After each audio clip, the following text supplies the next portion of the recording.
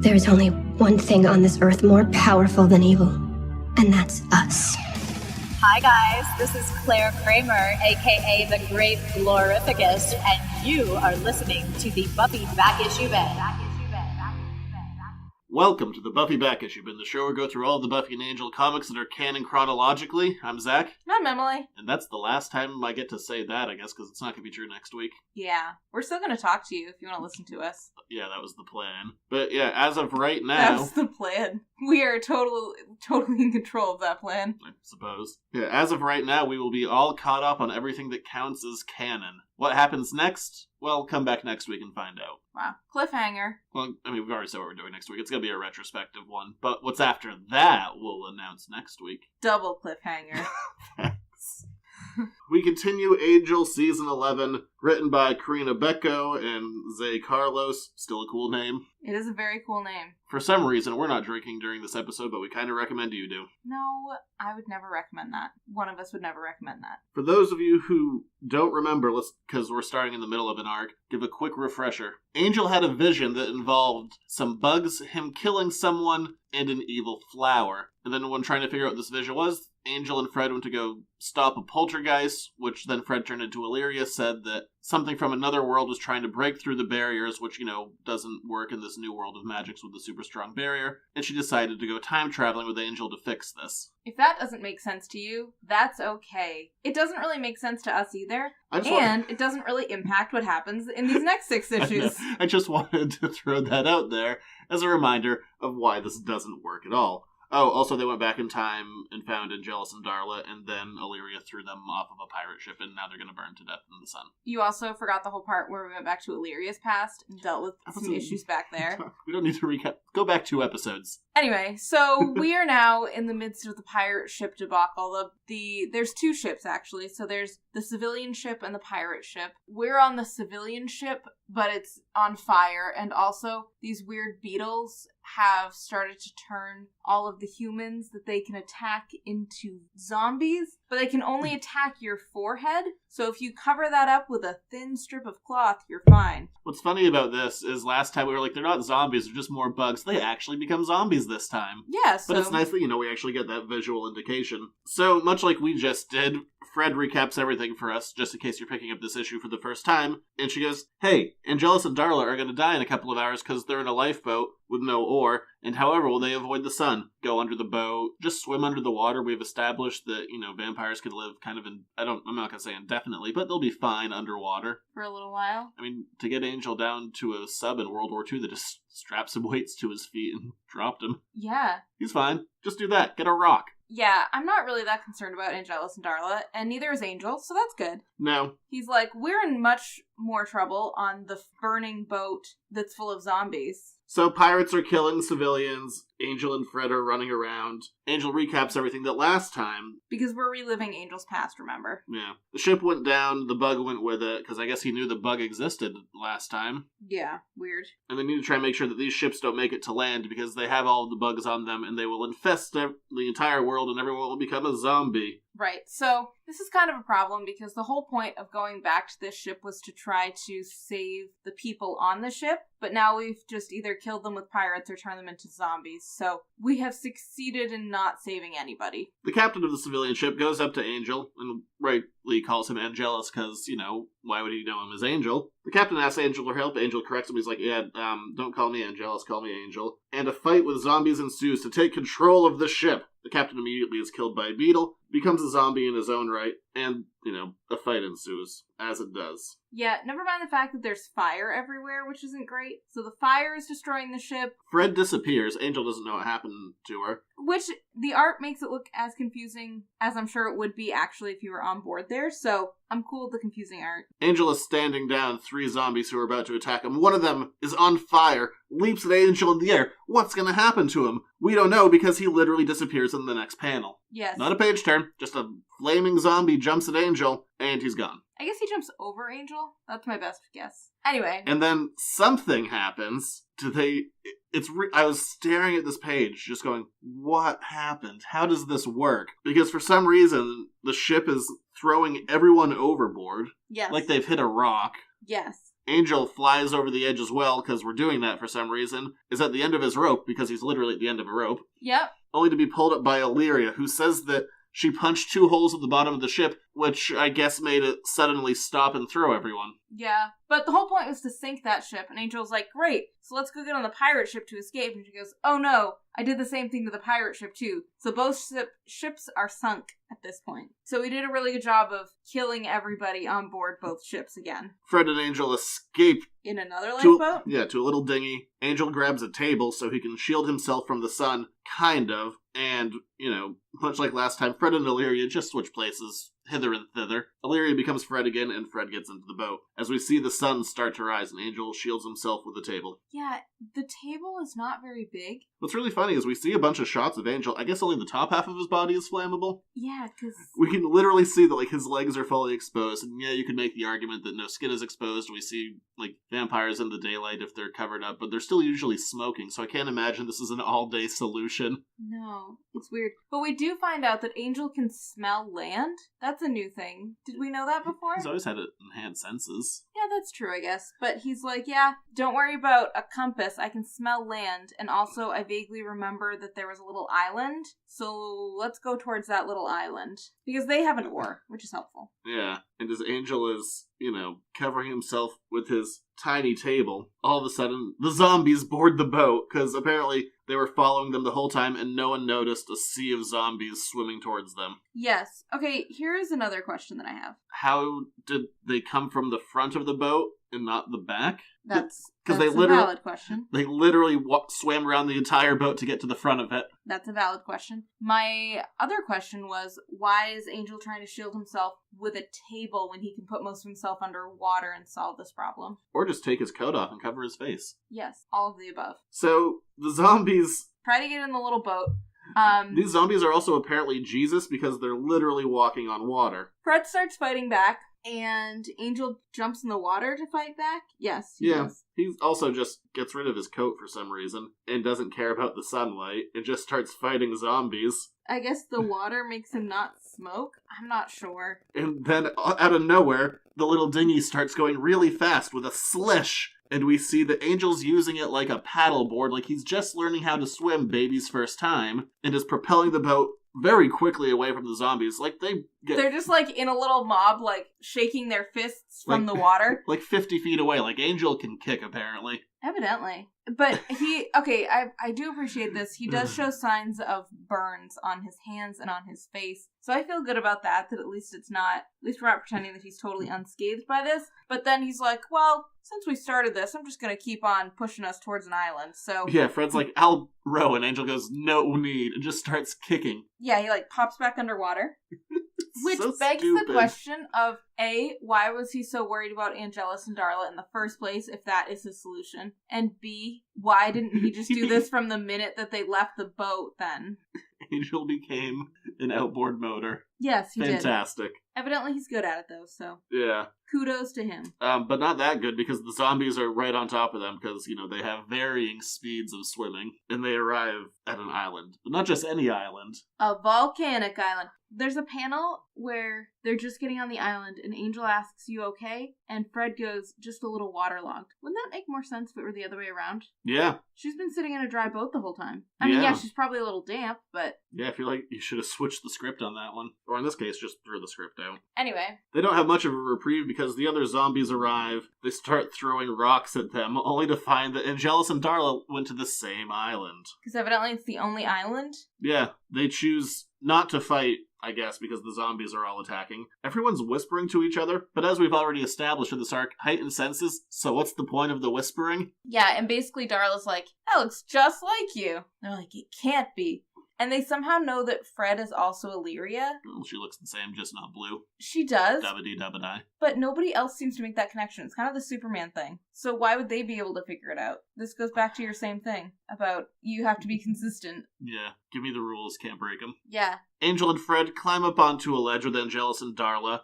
Fred, without looking, snatches a bug out of the air that's coming from behind her, squishes it, and says that Actually, it says squish, which is a gross sound, but I enjoyed it. And she says, it was heading right for Darla. How do you know that? Also... You literally did it without looking and just kind of snagged it boom, done. What up? She says, Which made me think, do we know that they can't hurt you just because you're already dead? It was such a weird and confusing thing that got brought up. And actually, then I started thinking about it, and I was like, that would be a really interesting twist if they could actually attack the vampires, but then we literally don't deal with it at all. So you wanted more zompires? That's what you're telling me? Well, I at least wanted something like... I didn't like that they brought it up in one panel, and then we have a whole fight where the bugs are everywhere, and nobody's foreheads are protected, and nobody gets infected, and then it just never happens. Angel, yeah. A fight ensues. Angel yells out, they're targeting their attacks. And Fred starts talking to herself. Of course they're targeting their attacks. Targeting their attacks. Targeting their attacks. Whatever can I do this? Aha! I have a plan! She turns into Illyria, who then just blows up the volcano. What does that have to do with targeting their attacks? Evidently. What are you talking about? Because Illyria squashed the volcanic power in her time, she then could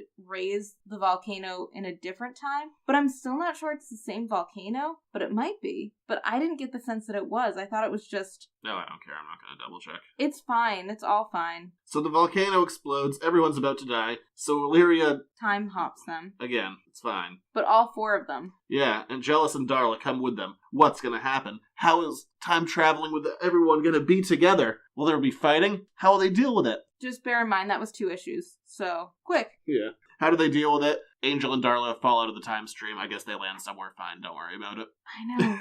That's resolved very quickly. They fall next to some sheep. I guess, yeah. They could eat the sheep. We're not really that concerned about them because we end up on the same island just a couple days later because Illyria's tired. It's not the same island. They're, a couple days later and slightly in a different spot than they were before. Oh, so a few different degrees. island. Okay. Yeah, doesn't really matter. We're in a similar predicament. Fred and Illyria can now communicate again, which is fine because they could seem to be able to do that before. Right. But, this season they lost that ability. I appreciate that they can communicate. It really cuts down on the amount of exposition that we have to have between the two. And then we have our necessary time travel argument and the butterfly effect. And we start... I think the book forgot what it was about. Like, we need to protect the future and get everything back to the way it was. But the whole point of leaving was to try to figure out why this vision happened. Why the vision happened and why the poltergeists were fleeing from something. And Fred just looks at this bird and she goes, oh, you see, that's probably an extinct species of bird. We could bring it into the future, but that might screw things away we could never understand. And then Angel, out of nowhere, just goes, if Angelus is never created, none of the rest can ever happen. It comes out of nowhere. Okay, it doesn't come out of nowhere. It I 100% see where he kind does. of got there, but it doesn't make any sense because there's so many things. You can't just stop Angelus from being created. That affects so many things in the world. Yeah. And Angel has saved so many people's lives. So what happens if you take away Angelus and then Angel? You're giving the book more credit than I think it deserves, because for me that was just totally out of left field. Like, hey, we have to preserve the future. Well, Angelus should never be born then. What?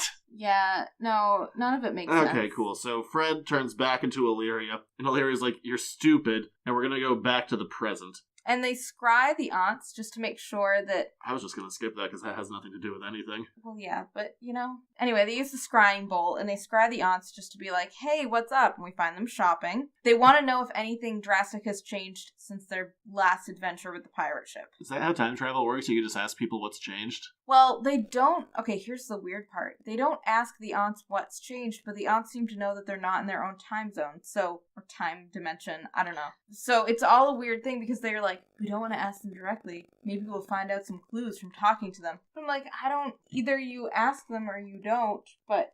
Yeah, it doesn't...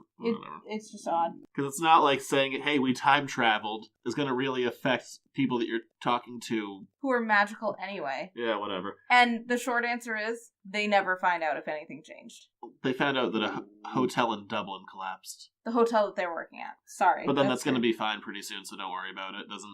I was just going to skip those pages because they contribute nothing. Illyria's like, I don't care, we have to go back to make sure that we don't ruin the future anymore that we already have. Opens up a portal to time travel again. Angel joins her, And then apparently, because he can, think really hard, the magic was in him the whole time, brings himself back to right before he was turned into Angelus. So kind of like how Illyria hijacked the portal the first time they tried to time travel, now Angel hijacked the portal. It's like, hey, you got to try and fix one of your mistakes and you did it and it worked out fine. And now I need to save the future from my biggest regret. And as soon as he says that, a little prissy man walks on by and Angel chases after him. Oh no, my biggest regret. It's really weird. I didn't get that. Okay, I understood what his biggest regret is. We're back in Dublin while Angel is still Liam. Yeah. Well, he was talking about his biggest regret, and then this guy walks by and he goes, oh no, how's this your biggest regret? Yeah. Random guy. Random blonde guy. Also, side note, it's not his biggest regret. That guy just happened to walk by. It's very confusingly coordinated between the art and the script. Anyway, then Darla walks by. Yeah, Angel goes, oh no, Darla kills him. How do you know this? How do you know that it was Darla? Why do you care about this one guy?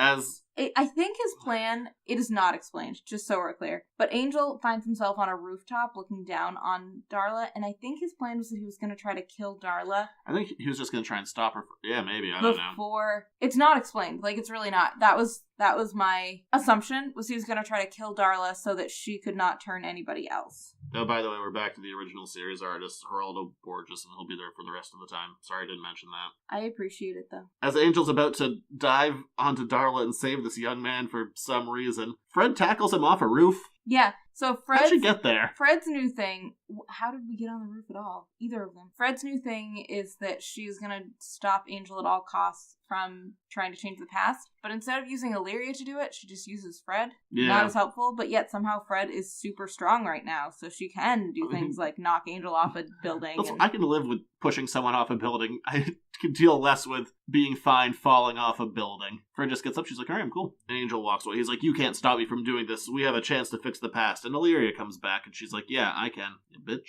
She doesn't say that part. We fought many times, and guess who's won every single time? Illyria. Yeah. And Angel's like, fine, then kill me right now. And they glare at each other. And then they don't kill him. And he walks away. Only to be stopped by his father. Who's like, Liam, you are wearing weird clothing. And you have bad morals. Okay, I feel like his dad does not dwell on his appearance nearly enough. Yeah, he's like, I saw you a couple hours ago, you had long hair, not wearing leather. And I'm going to see you again in another hour, and you're back to long hair, sans leather. Yeah, it's all over the place. I mean, you trimmed your beard, and I'm still getting used to it. Yeah, well, I needed it. But yes, but if you showed up in old-timey clothing, I would have a much harder time getting used to that than just, casually being like, you're wearing weird clothes, but let's not talk about it. And while Angel's father is berating him, you're like, this guy sucks. Yeah, we can see why Angel and his father didn't really get along, because Angel's like, Father, I'm sorry, and he's like, I don't want to hear that you're sorry, and Angel's like, well, maybe if you weren't so hard on me, which is also a weird thing to say at that moment. Yeah. To your father that you know that you end up killing very quickly. But as Angel walks away in shame, he hears a young girl ask him to stay, and he turns around to see his rarely mentioned sister, but, she is a thing. Yeah, her name is Kathy. Have you noticed also that most of the old-timey people are wearing the same color? They're all wearing that odd rose color. Darla wears it, Kathy wears it, and the guy that we thought was Angel's biggest regret wears it. And they either wear that or this bottle green or black. There's 3 colors in the olden times. And the father walks away with Angel's sister. He's like, oh no, you won't corrupt her too. We live in the same house. I mean, not this version of Angel, but still. Yeah, and he really doesn't dwell on where Angel got his clothes from. So Angel has a sad flashback of his father who liked him back when he was a younger kid, saying that one day Angel would become a fine man, only for Fred to come up behind him and surprise him. Also, Angel's hair goes way up. Yeah. Super spiky. Yeah, now apparently, to put your hair up, you have 4 distinct points and you call it a day. It was weird seeing a flashback within a return to his old timeline. It was just it was fine, but it was just a weird, too many layers. And then in a weird out-of-character thing, Fred goes, you can't change this. You've helped so many people. You helped me get out of Pylea. And what about Connor? Connor will never be born. This would kill your son. And Angel just goes, would that really be so bad? Look, I know you think it might not be so bad, but let's stay Connor in character. Dead. I just don't want him ever around anything ever again. I enjoyed when they sent Connor away to live with a normal family and took away all his memories. I was like, perfect. keep him there. It's a good place for him. And Fred also brings up, you've actually saved the world multiple times. He's like, but would it be so bad? Well, yeah, we have no idea what would happen if you weren't there. Also, we have no idea what you created or what you stopped. Right. It's just, you can't... Even working towards the Shan Shu, all this stuff, he's like, yeah, whatever. You can't play that game. And Fred's like, I'm feeling kind of tired. I can't really tell, how long we've been awake because of time travel. Which is a good point. Is this a phrase? Angel says, we're working on a JAG, all right. Not that I've ever heard. Is that an abbreviation for jet lag? We're on a working JAG. No, that's not what it says, but I've heard, I'm on, a cooking JAG or something. You're doing a lot of something. You're on a JAG of it, but that's not what that says there. Yeah, who the hell knows? And Angel says he knows a place where they can, bed down for the evening. Yeah, where they can roll around in the hay because he just brings her to a barn where he has previously rolled around in the hay. Yeah, but he does mention that the hay is super itchy. Yeah. Fred goes to sleep on the hay, only for Angel to go to his sister Kathy's window. And then she has a really weird line. She goes, "Oh, what are you doing out there, you naughty thing?" Weird line. And then Angel opens the window, goes inside the house uninvited. Let's just not deal with any rules here. Yeah. And they have this weird thing. He's like, "I'm gonna miss you. I'm not gonna see you forever." And I really appreciate that Kathy was like, "Yeah, I just saw you, at dinner, and then before that, and after that, so..." And then she goes, "Here, I'll give you this, so you won't forget me." And she goes to give him the cross. He's like, "Nah, I can't have that." So at least we're dealing with some of the rules of vampires in this. Yeah. But instead, she gives Angel a ring that he can put around his watch chain. Oh, old-timey times, watch chains. And Angel leaves her window from that house he was never invited into. I'm just gonna go with because it was his house, he was at one point invited into it. Nope, doesn't count. Okay, cool. Angel sees himself walking away, presumably from a tavern, because that's what he does. And by sees himself, I mean sees Liam. Yes. Whatever. As a human still? Yeah. Angel turns into a vampire, only to sneak up on Liam to apparently go kill his younger self, because that's his plan now. It doesn't really make any sense, and he also looks very, very demon-like in that. Which is fine. It is, it's just odd. And out of nowhere, midair, Illyria tackles him over a wall, because she says that, Fred was asleep, but Illyria wasn't, and she can't let him kill himself, but not his current self, his younger, so it's weird. But they don't really deal with any of that other than Angel's like, "I'm annoyed that you stopped me from my plan." Yeah, so Angel then runs away to go try and kill his younger self again, only for Illyria to open up a portal and try to time travel, only for Angel to stop her from doing it, and they only jump slightly into the future, where Angel returns to his home too late, and his father and sister and mother, I guess, are dead, and probably the servants. Yeah, everybody's dead. And we find out very quickly that there are lights on in the other houses because people have started to figure out Angel and Darla's other victims. Angelus, I guess. Angelus and Darla's other victims. Where does the name Angelus come from out of Liam? Have we ever talked about that? Is it because he has an angelic face? Well, and the other one dealing with the sister, when he goes to kill his father, he's, says that Kathy had invited him into the house. Maybe that old invitation still counts, I don't know, because she thought he had returned to her an Angel. Oh, okay. And Darla's like, "Angel's a girly name, your name's Angelus now." It's cooler that way. So to avoid, the angry villagers, because Angel looks like, the murderer that's running around town and Illyria's blue, they go back to the barn, where Angel starts yelling at her. He's like, "You got to change your past. We could have let mine be better." But out of nowhere, Illyria gives Angel a big ol' hug and just says, "You need comfort." If that sounds awkward, it's because it feels awkward. Also, I didn't understand why they're hiding in a barn. I feel like if the villagers were looking for the people that did this, wouldn't they look in places like barns? Yeah. I would. I wouldn't go where things are super flammable if they're carrying torches. No. But anyway, the villagers don't come near their barn, so good, I guess, for them. We actually haven't mentioned the most awkward thing, or at least for me what's been the most awkward. Every time it changes from Fred to Illyria, Angel just will go, "Hello, Fred. Hello, Illyria." Nice to see you. In the most awkward way possible. Angel doesn't have social graces. No, and every time he's like, "This is very hard for me to get used to." Well, it's just the, "Hello, Fred. Hello, Fred. Hello, Fred." Who says hello that much? Anywho, back to the embrace. Illyria gives him a pep talk that he's gonna get them all killed. And Angel gets sad. He's like, "I just wish none of this had ever happened."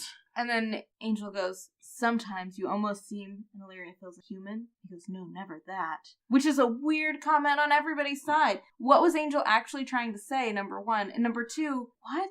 Then the worst thing happens. Yes. Then they kiss, Angel goes, is this a good idea? Illyria says, perhaps history can judge. I cannot. I'll judge. It's a stupid fucking idea. Okay, here's the other thing, too. This is the last page of this issue. If you didn't have the last page of this issue and the first page of the next issue, or the first couple pages, this would totally be gone. Like, this doesn't have anything to do with anything else. It's not tied into anything. Nothing comes of it, or nothing leads to it. I've always had a weird thing, because we don't deal with it a lot. Like, they had that with Spike a little bit, with, like, Spike kissing Illyria. But I could see why Illyria did it in that case a little bit, because it was trying to, like, refocus him. Mm-hmm. But I've never really, I don't know, bought the idea of Illyria as a sexual being. I always kind of just look at her as asexual. Like, she was a god. Well, and that's how she plays it most of the time. Yeah, like, it seems like such a non-starter for her. I never really consider Illyria to be sexual in any way, shape, or form. And some of the non-canon stuff, she tried to have sex with Connor so she could have, like, powerful babies, but we don't deal with that because that didn't happen anymore. But even so, that makes more sense to me for Illyria to be, like, procreation with a purpose. Versus, as opposed to you need comfort, let's have sex. And also, Angel is very upset about the fact that his family all died again at Angelus's mouth. I was gonna say hands, but mouth. Yeah, no.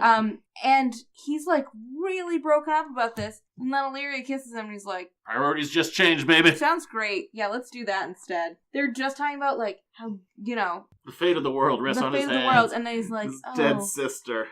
And then they have sex. This is dumb. It is. But they wake up. Angel's nose is really big. Well, earlier he did say that he had a good nose for smelling things. I guess so. Unrelated. Angel wakes up in the hay and says, hey, Illyria, we should probably talk about last night. But instead it's Fred, who apparently was aware of the entire sexual encounter. And is just laying there glaring at him side-eye. Wouldn't you move? Like, wouldn't you go somewhere? Wouldn't you not just be laying there right next to him?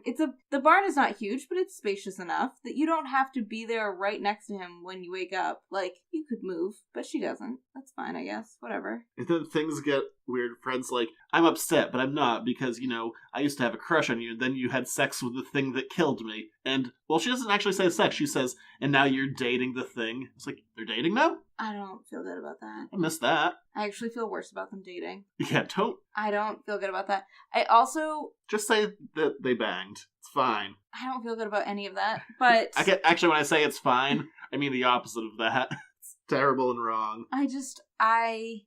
It just feels so awkward and terrible, and Fred's like, let's not deal with that right now because we need to go save the world. That's more important. I'm more concerned with just how out of character it is for everyone, especially Illyria. It's out of character for Illyria and Angel and Fred, because Fred has a really weird I mean, I don't know how you would have a normal reaction to that, but like... So, whatever. Illyria comes back because Fred doesn't want to talk about this anymore, and Illyria says that now she's gonna send them back home because now that she's had a quick nap, Angel can't hijack time stream anymore. So she sends them back to Dublin, and then I actually thought it was funny. Angel's like, well, Dublin is so well preserved, I have no idea what time we're actually in. And then a big fire truck goes by. Yeah. But I enjoyed that part about Dublin. And Illyria has brought them back seconds before they were supposed to have gone on this time-traveling adventure. And there's a million emergency vehicles going by. Yeah. Helicopters in the air, police cars, ambulances, everything. And then they step out into the street only to see another version of Angel and Fred, because apparently the timeline has changed, and now there's another version of Angel and Fred walking around.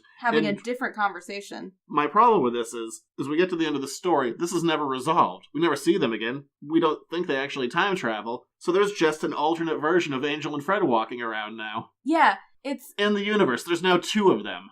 Right. Okay, so here's the problem with a lot of things. But with time travel has enough paradoxes as it is, but you need some sort of ending to the time travel so that it makes sense. So you have some sort of closure on the other end. Like, you can't just have two versions forever, but yet... That actually happens quite a bit in things I've seen. But it doesn't work very well. No, like, it doesn't... So then Illyria gets really upset. She's like, I've ruined the timeline. I can't do anything right. Who are we dealing with here? Yeah, so she throws a little tantrum, and then she disappears, and she's like, I'm not coming back. Yeah, she just says goodbye forever like a child, and turns into Fred. Meanwhile, Fred is still in her pirate clothes. Yeah, and Fred walks away from Angel. She's like, I don't want to deal with you right now. Which is fair. Only for them to be attacked by the poltergeists that they were trying to destroy before, which, remember, were apparently trying to break in from another dimension, which is a big deal, except now the poltergeists just run away. Yeah, and they were like, that's weird, because the poltergeist should be connected to the location. Yeah. But then I thought we established, and maybe I'm wrong about this, but I thought we established at the beginning of the last episode that they weren't actually poltergeists because they weren't reacting like, anyway, it doesn't really matter. But whatever these black sheep things are, they're running away. So Angel and Fred run to the hotel in Dublin, which is also back standing now, so... Good, I guess? Yeah, that 2 pages was meaningless. And we see that the little demony flower, that they just should have plucked in the first place, I guess, is now giant Audrey 2, and it has 3 heads and tentacles and fangs and big tongues. And they're attacking all of the civilians. Angel and Fred attack, the giant plant. I'm just gonna call it Audrey 2. Okay. I hope you guys know what that is. If you don't, Google it. You can find out. But the more they attack it, the bigger it seems to get. And Fred says some weird dialogue. She's like, oh, you've walked by the same spot as Liam, Angelus, and now Angel. It's like a mirror, and sometimes mirrors crack. And it's like reality's like a mirror, and it's gonna crack. And just as she's about to say crack, there's a giant onomatopoeia crack, and the ground opens up. And Audrey 2 falls into a giant hole. So I guess, problem solved. It's gone forever. Only for the next page, it's back. And with it, it now has all of the beetles. Yes. So I guess it climbed out of the hole again? We don't see that happen. I don't know why it went in the hole in the first place, or why this is a mirror, or why any of this matters. But Fred starts to put civilians into police cars to keep them safe from the bugs. I guess we're not really worried about the bugs, because they're everywhere, but whatever. And do nothing. Yeah, and so Angel and Fred are now trying to fight the giant plant. Audrey 2, single-handedly. But it keeps getting bigger. Maybe this is going to be like the alternate ending to Little Shop of Horrors. That would be so much better. Where they take over the world? Well, it would just be so much better if, there was some connection to something. Yeah, anything is going to be better than this. So, we go into our final issue. It's called Dark Reflection, Part 4. We didn't ever mention what it's called. Who the hell cares? It's called Dark Reflection. Like the mirror that is reality. Yeah.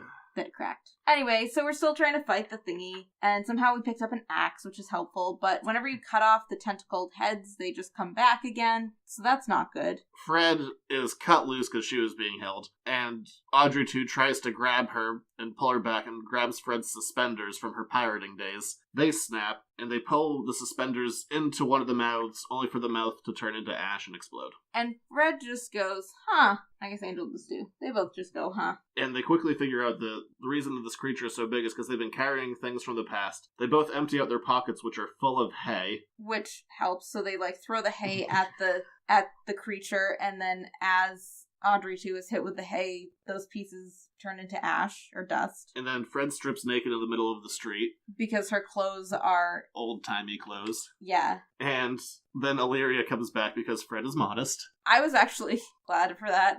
Good call, everybody. That one made me smile. And she's like, I know I said that I was gone forever, but I'm back. Surprise.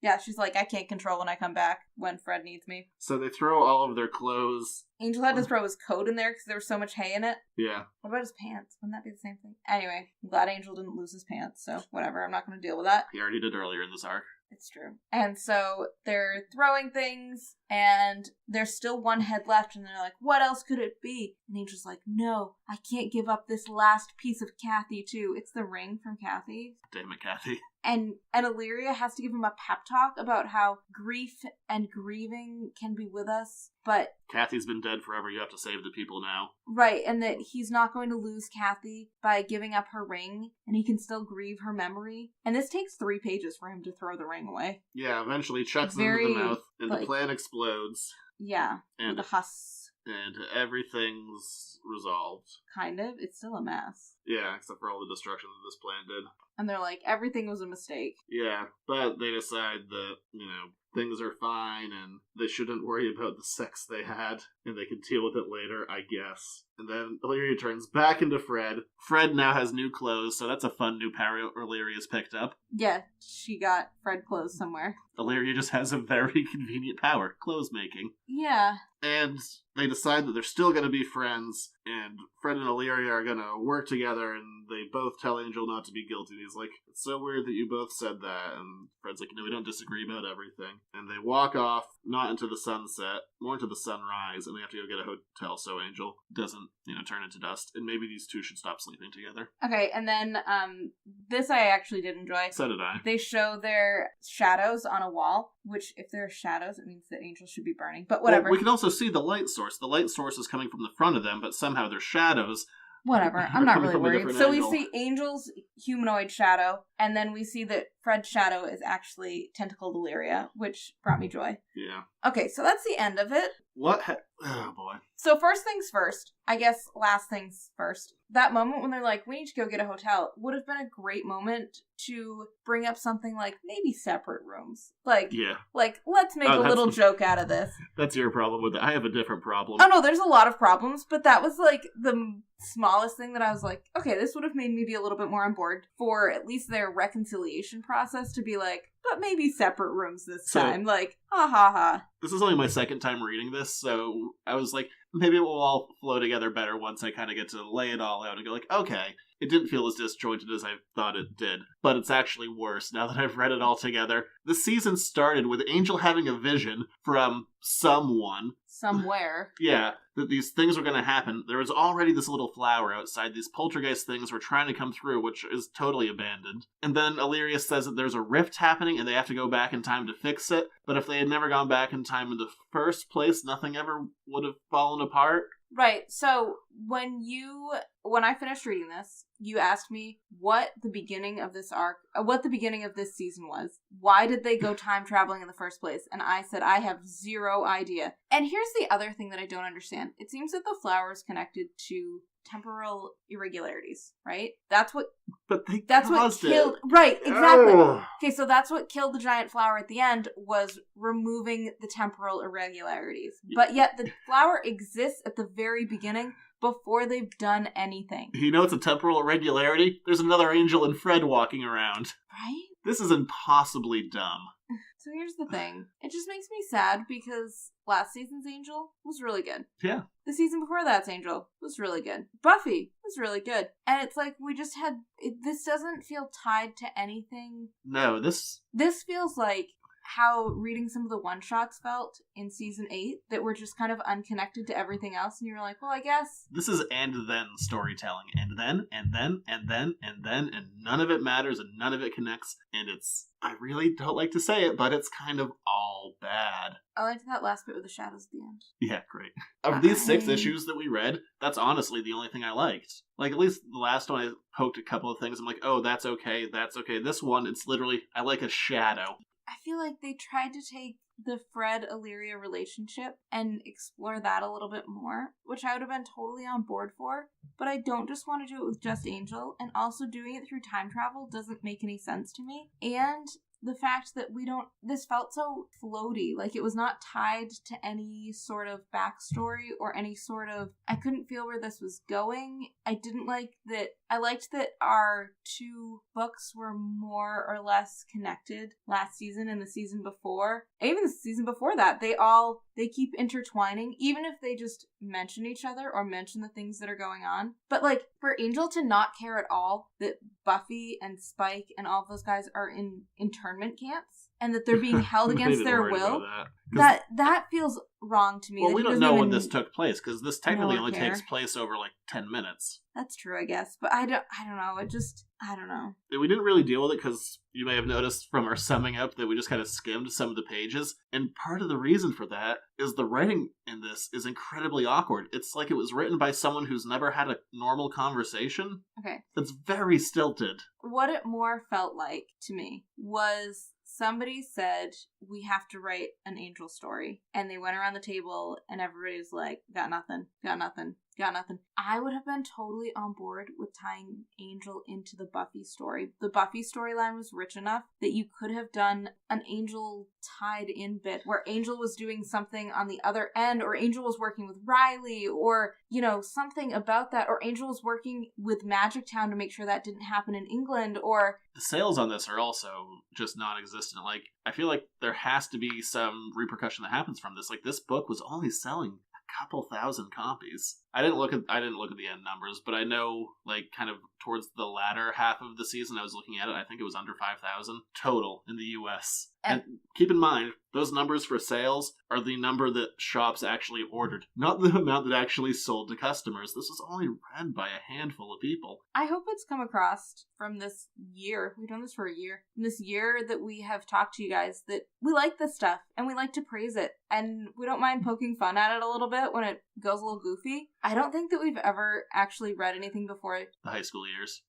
Yeah. Those yeah, are but even terrible. They're not great, but even so, they're at least tied to other things. So it's like, oh yeah, the nostalgia gets me through at least part of it. Like, oh, that was kind of fun to see Buffy back there. And like, oh yeah, remember when Xander was that much of a goofball in high school? And remember, had 2 eyes. Weird. And like, I can be a little bit more forgiving of that. While I don't have a lot of interest in it, I can be more forgiving of it. This just feels like they didn't know what to do, and instead of, I don't know, finding somebody who had a good story, or instead of trying to build off of something that was already there, they were just like, yeah, so let's send Fred and Illyria off to go do things. Aside from the high school years, which I don't recommend, but this is really the first thing we've had kind of post shows that I kind of have to say, just don't read this. This isn't good. Okay, here's its one saving grace. It doesn't really affect anything else. And granted, there's been nothing after it, so it can't do that, but it's not tied into anything. It doesn't finish off any other story. But so that's my fear. You can just ignore it. I mean, as of right now, nothing has been officially announced. The sales for this book were so terrible because it's such a bad book. My fear is that it killed Angel. Okay, but... There's nothing to back that up yet, but that is if it a fear killed of mine. Angel, that would free up Angel and Fred to go back to the Buffy book, and then Fred and Spike could be together again, and then all of your friends would be together because you like it when everybody's together, walking in a line, going to fight things. Yeah, but that would also mean, like, the definite end, like, we would never see Connor and Gunn again. That's not necessarily true. Probably. But yeah, I don't know. This isn't a good season, and it's kind of sad to be like, you know what? Bad writing, bad art, bad season. Whatever. I kind of wish this wasn't our last episode for this stuff. I know, but... It's weird to go out on that note. But on the pleasant side, the Giles miniseries should be coming out soon. Yeah, I think maybe by the time this gets released, I might have issue 1 of that. So, not that we'll be there to talk to you guys about it when it comes out issue by issue. Will be, but... Okay, not that we're going to talk to you guys about it issue by issue, but... It's something coming, It's something coming. We're not definitively ending on this. And it's I think Joss co-plotted it. It's a new writer to the world. I think a new artist too. I'd have to double check. But yeah, sorry to kind of end on a downer. Yeah. Well, it's not the end. So you know what? Go back and reread Buffy. Yeah, always a good time. Yeah, we'll be back next week to do a retrospective on the entire thing, and then kind of announce what's coming next, because there is still more after this. Yeah, but where can you find us? EditorsNoComics.com, Facebook, Instagram, Twitter. If you want to get the show a whole week early, Patreon.com/EditorsNoComics. It's just $1 a month, and yes, there is still more coming, so it's still going to be relevant. And I forget what else I'm not plugging. iTunes, rate, review, subscribe. If you just click whatever star rating or throw a review our way, anything's appreciated. The more we get, the more visible we become, and now that we've kind of done everything, it would be nice if people could kind of, like... retroactively. Yeah, relive the entire experience of all the... I don't know. If you haven't been reading them or whatever, or you have, just to find them. You know what I mean. Well, we'll be back next week. Yeah, sorry. Next week is going to be a lot more positive, I promise. I know. I tried to find some positivity in there. I really did like that shadow. Yeah, we'll be back and to talk about everything as a whole. Bye. Retrospective. Bye. I like that word. Bye.